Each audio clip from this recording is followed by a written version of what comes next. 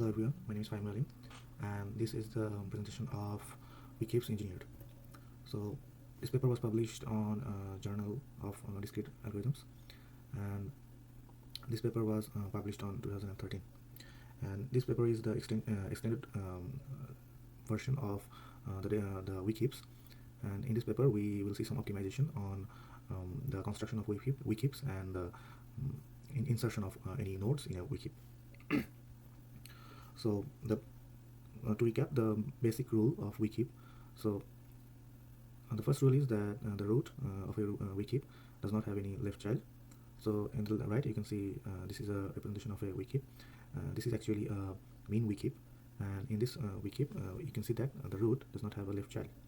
And also the second rule that the lowest two levels, the last two levels only they will only have the at most one child. They can only contain one child. The upper levels does not contain less than one child. And each node, and third rule is each node stores an element that is smaller than or equal to every node stored in its right subtree. So basically the third rule implies that every node, the right subtree will follow the weak heap property, and every node will at least have the higher value of the higher value from its parent node. Next we will look at the construction and its optimization. So in weak heaps the construction is followed by this couple of methods. So in the standard construction we will see here that there is an array which is called the element array.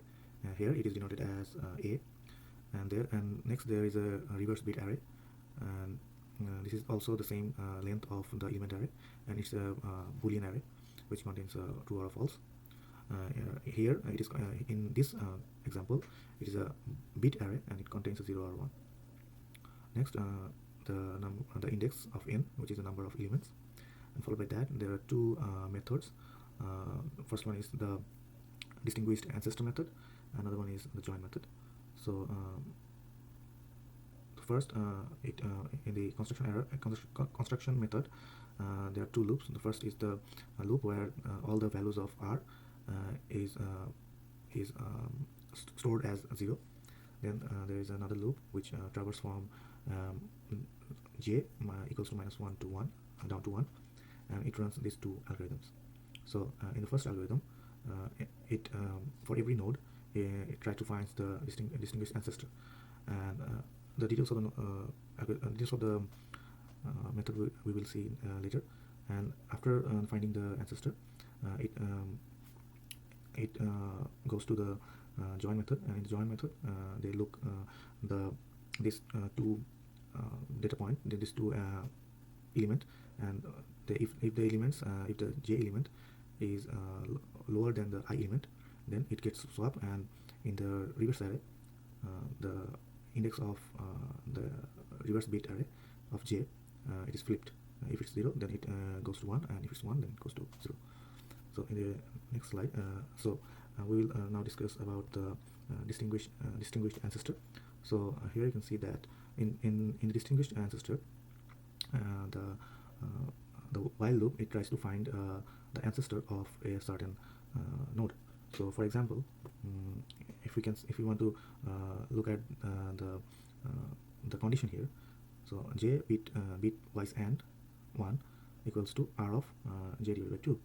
So here the j bit and, if we see here, so for every x value, or for example for every n value, if we AND with bitwise AND with 1, it will get it will get these results. So here you can see that there's a pattern here. So by doing this operation we are basically trying to find if the value is a odd number or even number actually, and if it's a even number then we divide the number and then again try this run this method until we get a odd number. We run this while loop again and again. So next is the first construction optimization. So first optimization is the construction optimization, and here you can see that So the first thing they did is they replaced the condition here, this condition. Here every time when we construct a weak heap, all the beats in the reverse array are 0. So here they replace this r no, r node from this value to 0. And the next thing they did is that they introduced the GCC compiler, a built-in function of GCC compiler. So why they introduced these two methods? Because if we want to if we try to understand this while loop, we'll have to see an example. So for example, let's see if j is equals to 20. So if j is 20, so for bitwise operation, it will this value will be 0. And if this is 0, this left side of the equal sign is 0, and the right side is actually 0, because it's the construction, and every bit of reverse array is 0. So the left and the right is 0, and they are equal. And then what will happen is that j will be divided by 2, and it will put in again in the variable j. So from 20 we are getting 10, and again from 10 if we divide the j again, the condition will be same, and then it will be divided by 2 again, and then we will get 5. And after that, when we do a bitwise operation here by 1, we'll get a 1. And now the condition is not equal to the right side of the comparison. So now we will get a 1 is not equals to 0, then it will come out from the while loop.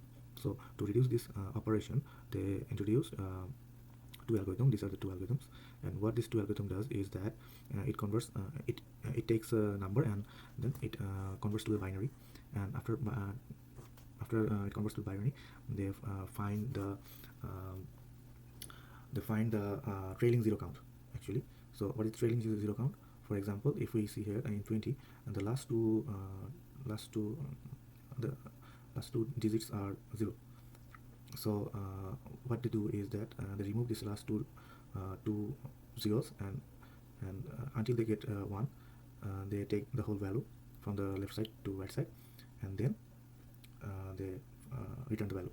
So here you can see that if I apply 20, then this last two variable will be digit will be removed, and it will be 101, and which is exactly the number 5.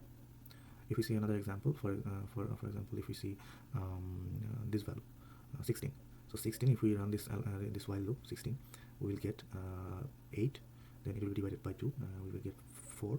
After that we will divide by 2, then 2, and then we will get 1. But if we apply these two functions on 16, then the last all the last 0 digit will be removed, and we'll get a 1, and then we'll directly get the value 1. So this is how these two compilers functions work. This is built-in functions on GCC compiler.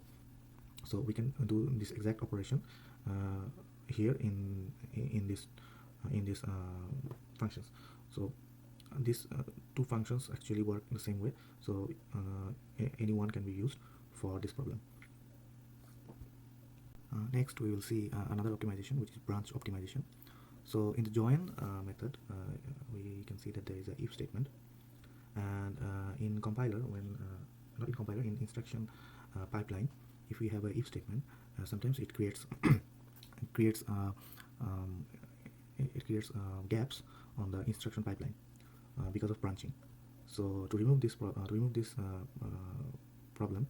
they introduced another algorithm which is same as the join algorithm, but in this algorithm they used a mathematical operation where you don't have to use any if statement. And if we see here that in the first line, they are trying to get a value. So when we get an index of I and j, they compare the element here. So if the element in j is smaller than the element in I, then this smaller variable will get a value 1 from this operation or comparison. So when this is compared, we'll get a 1 when this is true, when this term is true, and if this term is false, we'll get a 0. So when we get a 0, you can see that the delta here, the delta variable will get 0, and when this delta is 0, all this operation, after doing every operation here, the value of aj and the value of ij will be same. They will not swap. But if this delta value is 1, then by doing this operation, this two variable will swap.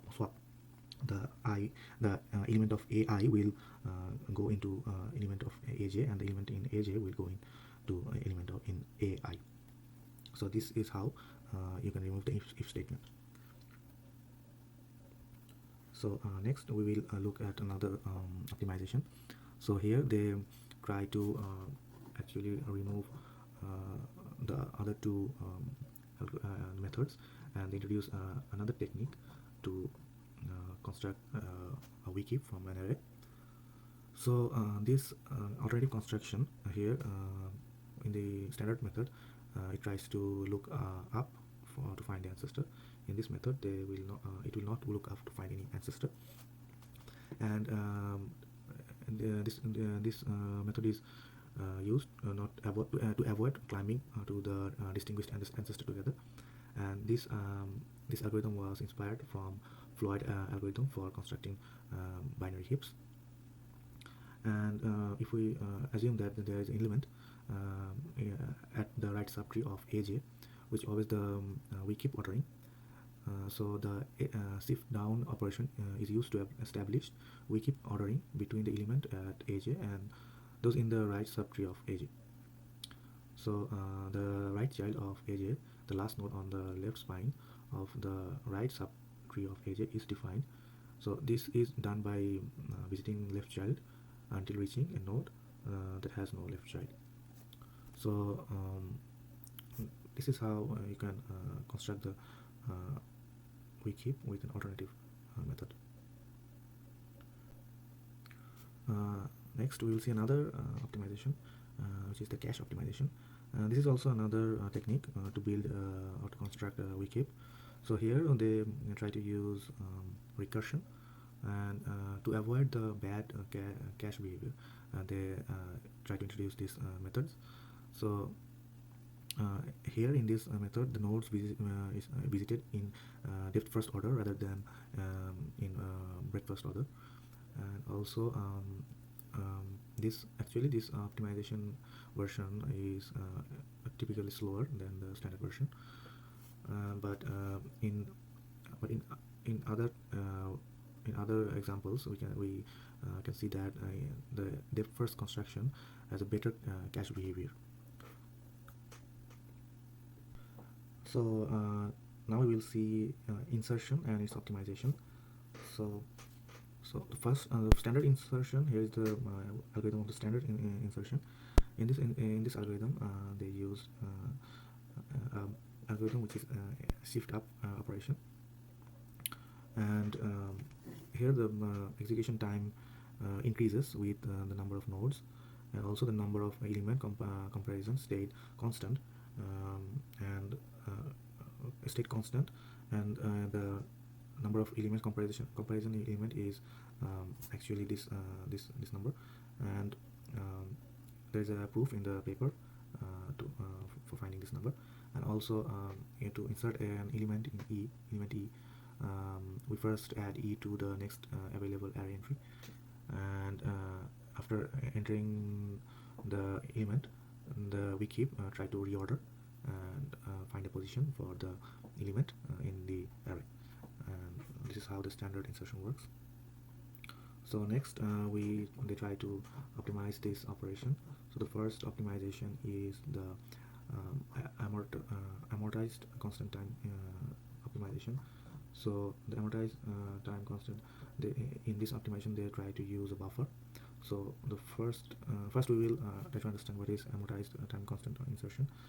So according to the medium.com, amortized time is the way to express the time complexity when an algorithm has the bad time complexity only once in a while, besides the time complexity that happens most of the time. So for example, suppose there is a operation which has different time complexity. For some time it takes for example 1 minute, and for other times it takes for example 30 seconds. So in the 1 minute example, it occurs only once or twice, but for for every other time, and the time is actually 30 seconds. So this amortized analysis will figure out a way to give a complete time complexity of this behavior. So here the first one is one buffer example. So one buffer algorithm. So in this algorithm they try to reduce the cost of the insertion. So for example, the amortized cost of insertion, they try to make it a constant. The worst case cost of extracting mean is log of n. So the key idea is to split the element array into two parts. So the first part is the weak heap, and the other part is the buffer. And here they're actually not two arrays. They are in the same array, but they use the value indicator actually to find the starting of the buffer array, subarray. So the n prime is specifying the starting point of the buffer, and the buffer actually the buffer size of the buffer is log of n plus n prime, and it doesn't go larger than this log of 1 plus n prime. And a new element is inserted into the buffer, and if this causes the buffer to exceed its capacity, they perform a bulk insertion. And this insertion, they try to put all the buffer elements into the weak heaps. And if no bulk insertion is required and the new element is smaller than the minimum of the buffer, then these two elements are swapped and the minimum indicator is updated if necessary. So here's also another variable, overall minimum, which actually indicate the minimum of the element of all the element present in the element array. So this is the algorithm of one buffer. So next we will look at two buffers algorithm. So this algorithm is the extended version of the one buffer algorithm, and here we maintain actually two buffers. So the element array is being divided into three different parts. So the first part is called the weak heap, and the second part is called the submersion buffer, and the third one is called the insertion buffer. So the maximum size of the submersion buffer is log of 1 plus n prime, and insertion buffer, the maximum size of insertion buffer is log of 1 plus n double prime. And what is this n prime and n double prime? So these two index are the first element, the index of the first element of the submersion buffer and the insertion buffer. So the n prime is the first index of the submersion buffer, and n prime double prime is the first index of the insertion buffer. So there's also another index, another variable which contains the index of the overall maximum and also the submersion minimum. So overall minimum and submersion minimum. So these two variable contains these two index. And when a new element is inserted, the element is being inserted in the insertion buffer, and the element in the insertion buffer are at the same and in the submersion buffer at the same time incrementally embedded into the weak heap. So to do this operation, they use coroutines to execute some constant number of instruction per insert. So after each step, it pauses, and in the next call it resumes its execution from the place where it was stopped, when the computation was stopped, and then it starts again. So one has to only make sure that each call of the coroutine executes enough instructions such that the submersion process is complete before any other insertion is being inserted in the insertion buffer. So the minimum of the weak heap, the minimum of the weak heap part is at its roots, and also the minimum of the insertion buffer is at its first location, and also the minimum of the submersion buffer also has this property. So for the element taking part in the submersion process, they maintain an explicit pointer indicating where the minimum is. And because the minimum indicator is available, a minimum operation such as the extraction of the minimum is a constant in every cases, in worst cases, and it's the order of 1.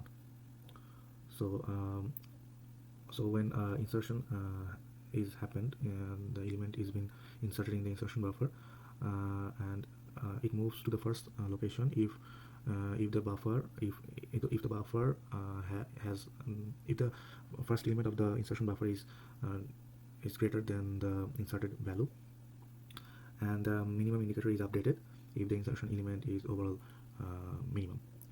And once the insertion buffer is full, a new submersion process is initiated, and a constant number of coroutines is been called to perform.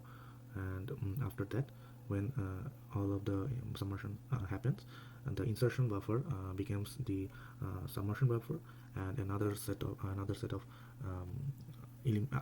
of array, or a new array has been appointed as the insertion buffer. So this is how two buffer algorithm works. So now let's look at some time complexity. So the basic weak heap for construction has n-1 time complexity, and for insert it's log of n, and in extract min it's also log of n. But if we can see in the two buffer and one buffer heap and two buffer heap, so the construction is almost the same, and but we can see the improvement in two buffer, that from its log n insertion complexity it came down to constant insertion complexity. And so this is the end of this presentation. Thank you.